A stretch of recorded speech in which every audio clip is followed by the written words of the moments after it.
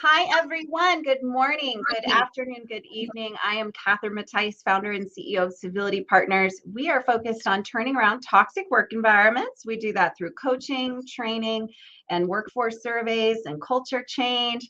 And so we are excited. We've already got people saying they're super excited to talk with us today. So I have Tessa West, a professor of psychology at New York University with me today.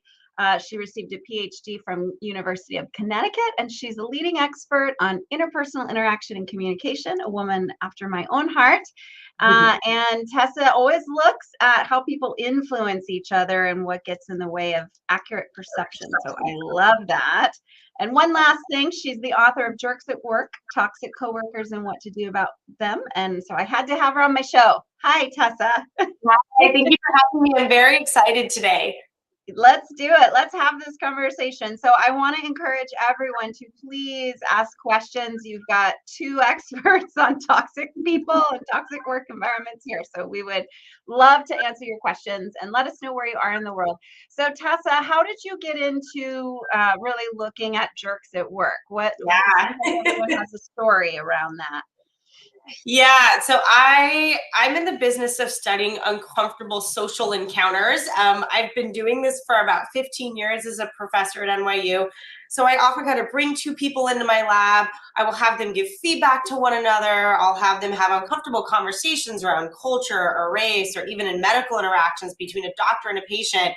And what I've realized is that even when the conflict is small and kind of necessary to address, people avoid it. And we get this phenomenon that we see a lot in social science called the brittle smiles effect, which is I'm uncomfortable. Maybe I feel like you're mistreating me.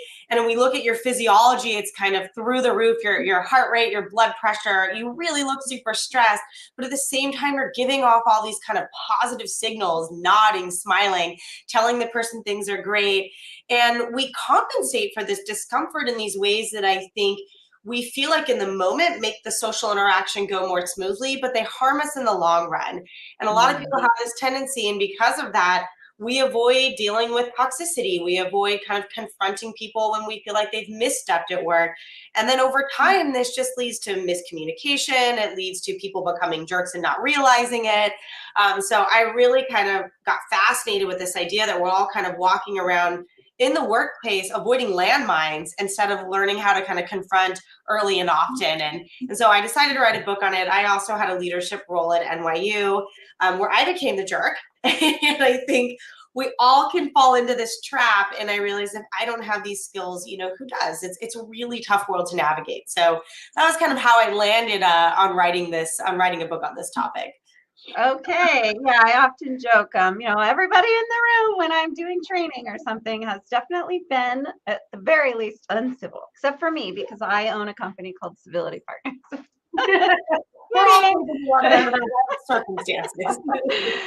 We already have a couple questions, so I wanted you all to know I will get to those questions. I had one other one myself, and then happy to get to the audience questions. I know your article on Harvard Business Review talks about 5 types of bullies, or types of toxic behavior, I guess. And I wanted to talk about that a little bit because I wondered if when you're talking about those 5, which I'll have you go through, are you saying people tend to be in one of these categories, or are you saying this is a spectrum of behaviors that people who are jerks kind of choose from and use regularly?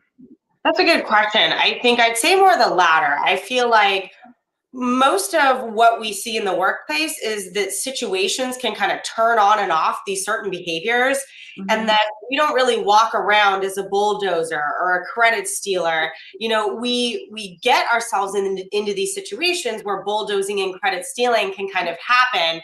And so as a social psychologist, I kind of lean more towards this is a spectrum of behaviors that individuals can engage in given the right circumstances. I don't really think there are some bad apples at work, but most of the time what we're dealing with is people who have an Achilles heel, and then whatever their weakness is gets turned on in that situation. So definitely a spectrum of behaviors. Also, there's some overlap between the different types of, I use a typology, but there's overlaps in some of these behaviors. So you're certainly capable of kind of having a nice melting pot of all of the five, in the right situation. So I like that question a lot because it kind of orients the listener around behaviors and not necessarily personality traits of the individual. Yeah. And so we list off the 5 for us. I know what the first one is. I know there's the credit stealer, there's the bulldozer, there's the kiss up and kick down. What were the other 2? Yeah, so I had 7 in the book. I can't remember which 5 they plucked for HBR, but I'm pretty sure they plucked micromanager. We all know, that person who and the gaslighter. That was the gaslighter. Yeah, the gaslighter is that like lying with the intent of deceiving on a very big scale to kind of create an alternative reality. So they are very distinct in the sense that they're often very motivated to be a jerk, whereas a lot of these other types, and I'd say the same is probably true for the kiss up, kick downer as well. The other types are often more kinds of victims of the situation, especially micromanagement, which I think often comes from kind of pressure from the top to manage in a certain way. And so, those individuals are often, they have their hearts in the right place, but their behaviors are kind of misleading them a lot. Gotcha.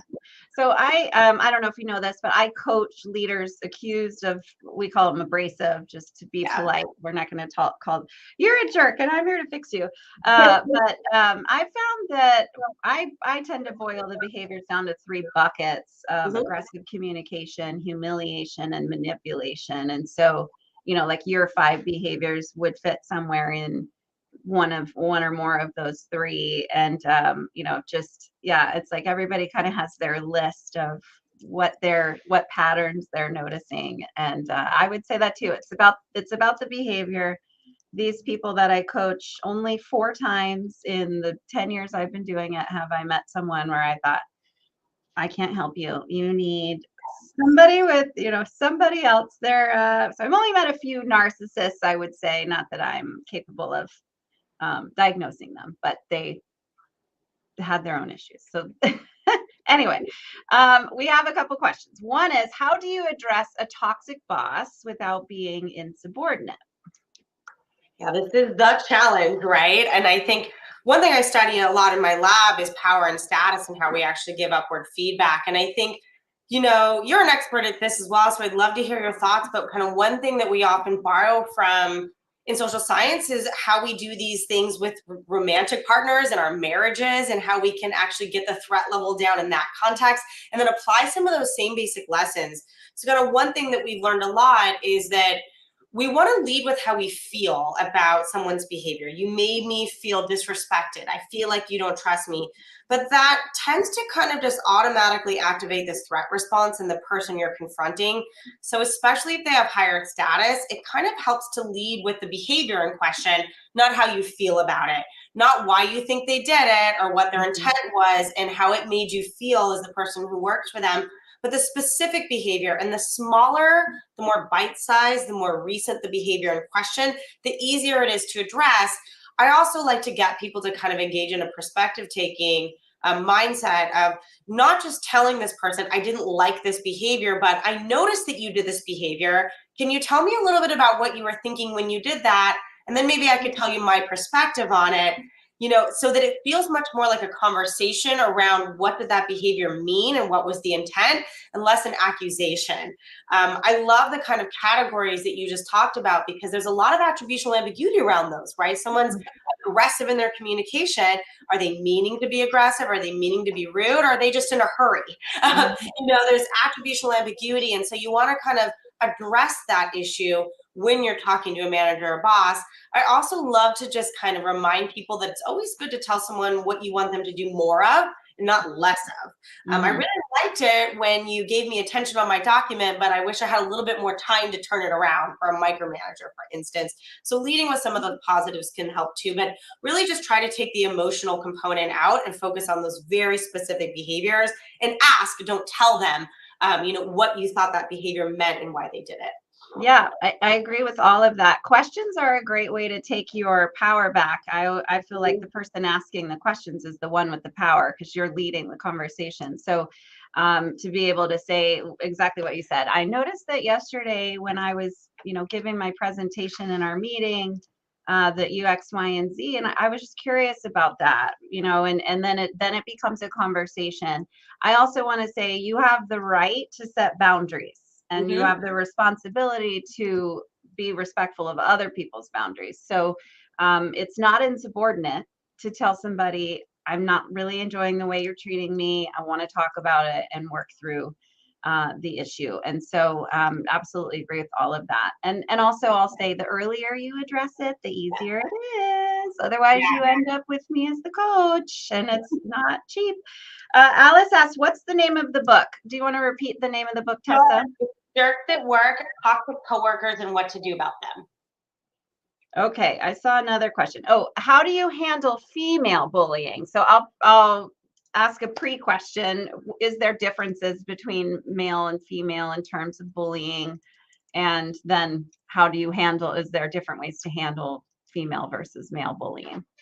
Yeah, I've been studying gender for a while. I think this is kind of an interesting phenomenon because women in the workplace, especially in leadership positions, they don't get to engage in the same behaviors as men. In fact, exact same behavior, just when you're a woman and you do it, gets labeled differently. And so what we know about the way gender influences these things is that it's that if people as a target, their gender actually influences how they're viewed, but men and women are actually equally likely to kind of engage in these types of behaviors.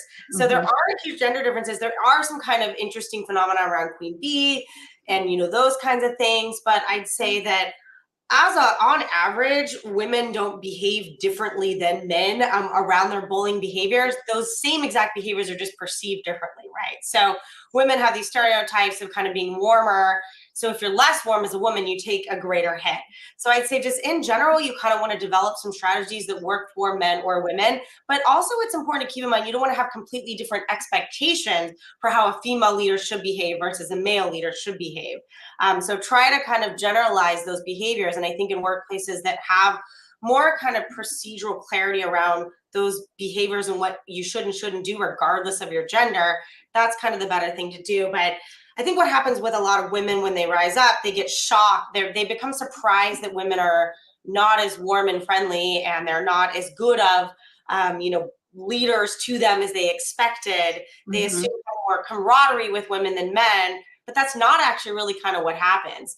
If anything, a lot of women who've climbed up have been able to do it because they've been able to reduce the amount of service load of leaderly types of things. So it's a mixed situation, but I'd say in general, I wouldn't approach men and women as if they're kind of coming from different places. You have a lot of experience. I'd love to hear your thoughts on the gender question. I would agree with that. It's interesting because in all these years of coaching, it's been a handful of women. It's mostly men, which is interesting because, like you said, men and women, at least according to the research I've read, it's fairly equal in terms of who's doing it. So I'm actually surprised it's not the other way, since women are not supposed to be assertive, right? And so, but yeah, I also come across things like race when I'm coaching, for example, coaching a woman who's Black, and then it's that, is she just an angry Black woman? And those kinds of things come up in my coaching conversations. And, how much does this person have to adjust their communication because they're in a room of white people, and so there's a variety of perceptions and demographics and things happening, but ultimately my method never changes depending, just because I'm coaching somebody who's of a different race or gender, what have you. So yeah, still setting boundaries applies. Using questions is a way to have a conversation about what you need. All right, we got another question. I feel like we could just like rapid fire and then do this again tomorrow. How do you handle a know-it-all? Not just about work. Let me put this here. How do you handle a know-it-all? Not just about work, but everything. Any personal items shared? I have a coworker who did that, knows that, had a second cousin. I've stopped sharing anything. Any thoughts? So the kind of first step is just think about this person's perspective. They're probably trying to be helpful. they aren't trying to be a know-it-all. They actually do think that third or second cousin will be a useful resource for you. And so I think I love the boundary setting idea of, making it clear to people when you want advice and when you're not actually seeking advice is something that we don't learn how to do very well. And people who are just, they love to give advice to everybody about every topic all the time. They see themselves as a resource and important when at work. This person probably sees themselves as a core component, a social node in that network, well connected, can give you tips on how to do this, that, and the other. I think just making it really clear when you do and don't want advice about something can help. And I think just really generally kind of speaking around, yeah, thank you so much for that. That sounds advice I'll ask you, using that word to kind of signal to that person, because I do think we call them a know-it-all. They call themselves a rich resource. Right. And perspective taking around that a little bit, I think it can help. But I do understand the kind of annoying, pedantic coworker who thinks they know a lot. Just that boundary setting around kind of advice taking and giving can be helpful. Yeah. And you could try the question, right? You could say, hey, did you notice that, or I noticed that when I share something, it seems like you respond with, X, Y, and Z. And, let's talk about that. That's another option. So, all right, we've got plenty of more. I've got a good answer for this one, but I'm going to let you go first. What if they upfront deny accepting what they did when we confront them?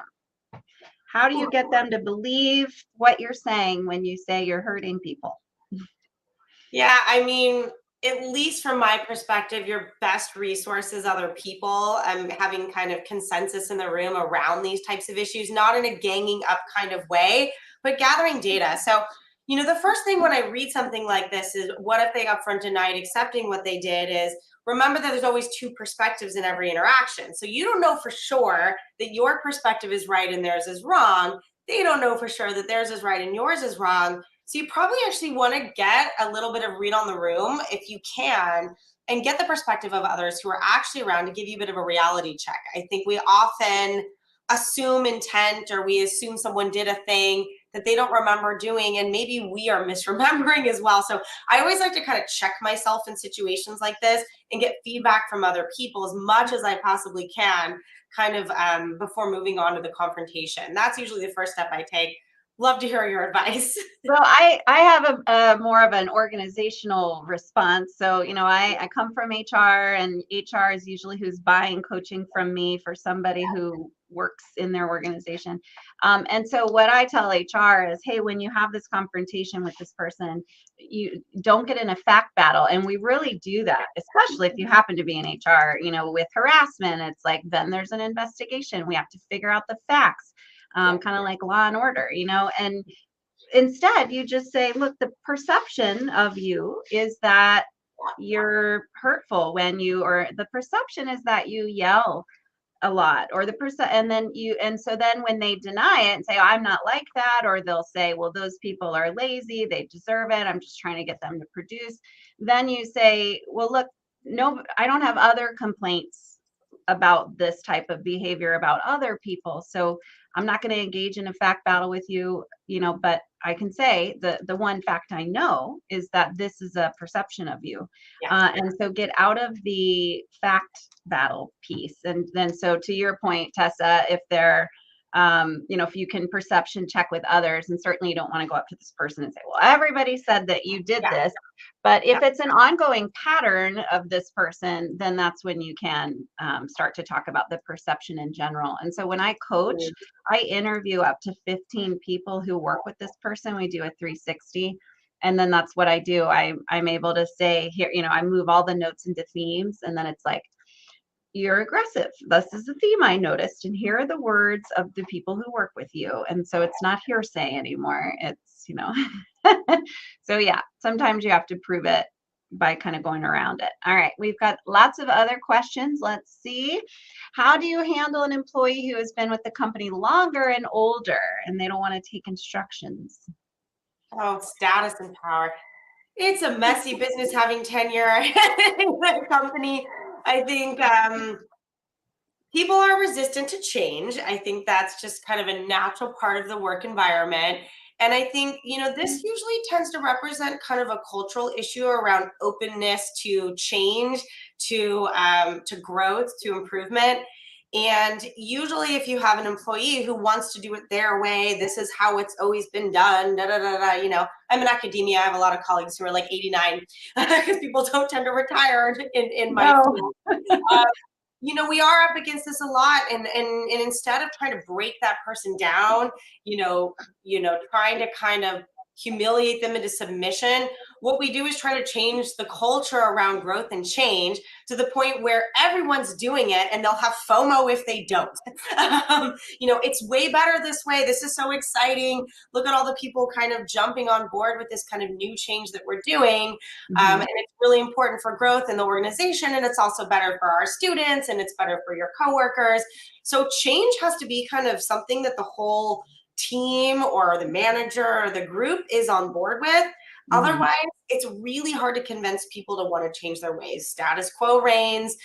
People don't like it, especially if they've been there for a while. And I think we're seeing this with a lot of folks who've kind of been in the workplace for a while. So I think wearing one person down like this tends to not be effective. It also feels like whack-a-mole because you're just going to encounter a lot of people like this. It's better to kind of create some structural changes around the idea of change and growth, and also make it really clear what those instructions are. Why don't they want to take them? Are they confusing? Are they having a hard time following them? Are they embarrassed to ask for help? Kind of dig into that a little bit as well. There could be a humiliation component. So I think the change around the culture has to be key here. 100%. And I always say the number one reason people engage in toxic behavior is because they can. The organization's not holding them accountable to not doing it. So yeah, you need your core values in place. You need your performance management system. There's so many organizational components that go into sort of controlling is maybe the wrong word, but ensuring people are behaving in certain ways. Gosh, we have so many questions about very specific types of behaviors. I think a lot of the answer is the same, that whatever somebody is doing, to confront them about it in a way that doesn't feel like, hey, you're doing this. It's really around asking the questions, perception checking, talking to them about it. Did you know you do this? I want to know about it. Why did you do that? Kind of no matter what the scenario is. Unless, Tessa, you feel like with your 7 in your book, are there different tactics for different types of behavior that you should be thinking about?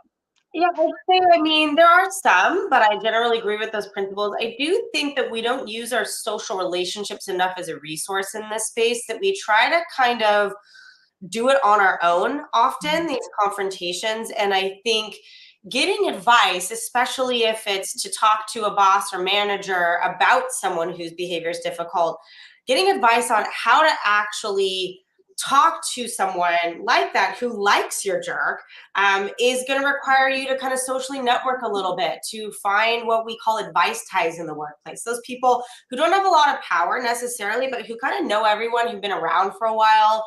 They know what kinds of arguments your manager or boss finds convincing, the things that annoy them. They've seen these situations in the past. Getting advice on how to actually bring things up to higher power people in a way that's going to make them listen and worry, and not say, well, you're jealous, or, you're just envious that person's sales are better than you, or whatever. I feel like that's a skill that a lot of us don't think is important for handling toxic colleagues. A lot of the things we think about are how to confront directly. How do I say this thing to that person? But think of your relationships at work as a resource. And I'm not talking your best friends. Not everyone needs to be your best friend at work, but people who have really good advice around how to appeal to someone in power, or what's the best way to bring this up.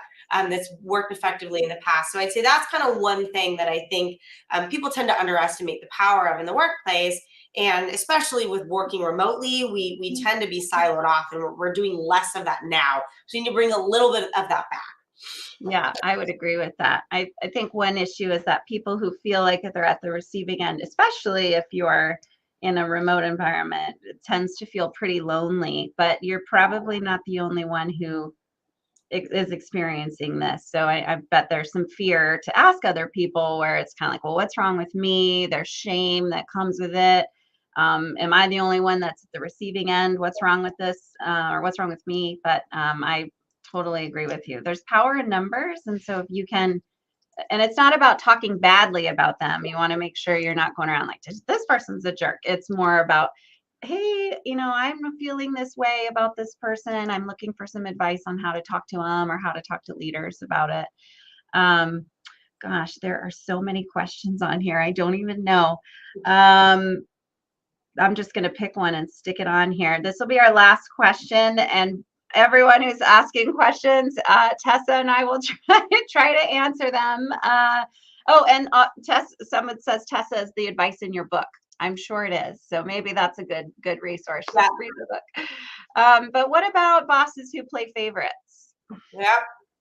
So these bosses, my chapter on the kiss up, kick downer, and even the gaslighter is really about having a jerk at work who your boss really likes.